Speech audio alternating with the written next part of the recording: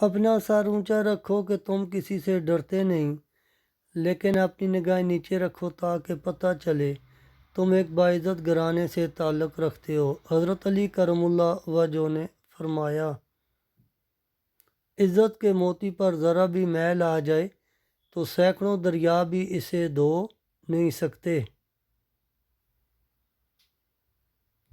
نبی اکرم صلی اللہ علیہ وسلم نے فرمایا، آپ لوگ میری سنت کو اور میرے بعد میرے صحابہ کو لازم پکڑو اور ان سنتوں کو خوب اہتمام سے اپناؤ۔ سنن نبی داؤد ترمذی شریف۔ ایسی خوشی سے بچو جو دوسروں کو دکھ دینے سے حاصل ہوتی ہو۔ حضرت عثمان غنی رضی اللہ تعالیٰ عنہ نے فرمایا، اللہ کے سوا کسی اور سے امید نہ رکھو۔ حضرت عثمان غنی رضی اللہ تعالیٰ عنہ نے فرمایا، ہر گناہ سے بچو کیونکہ گناہ کسی نہ کسی صورت میں دل کو بے چین رکھتا ہے، دل کا سکون چھین لیتا ہے۔ حضرت عثمان غنی رضی اللہ تعالیٰ عنہ نے فرمایا، اگر انسان کو غصہ آ جائے تو غصے کا بہترین علاج خاموشی ہے۔ حضرت عثمان غنی رضی اللہ تعالیٰ عنہ نے فرمایا، اپنا بوجھ دوسروں پر نہ ڈالو، خواہ کم ہو یا زیادہ۔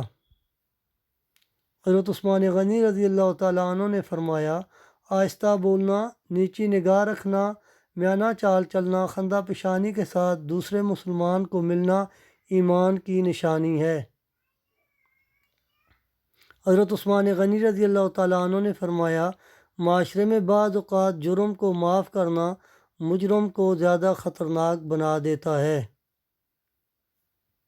حضرت عثمان غنی رضی اللہ تعالیٰ عنہ نے فرمایا، انسان کا زیادہ کھانا بھی بیماریوں میں سے ایک بیماری ہے۔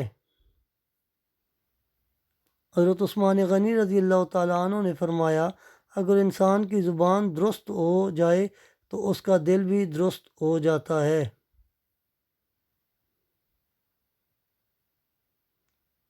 حضرت عثمان غنی رضی اللہ تعالیٰ عنہ نے فرمایا، حقیر سے حقیر پیشہ ہاتھ پھیلانے سے بہتر ہے۔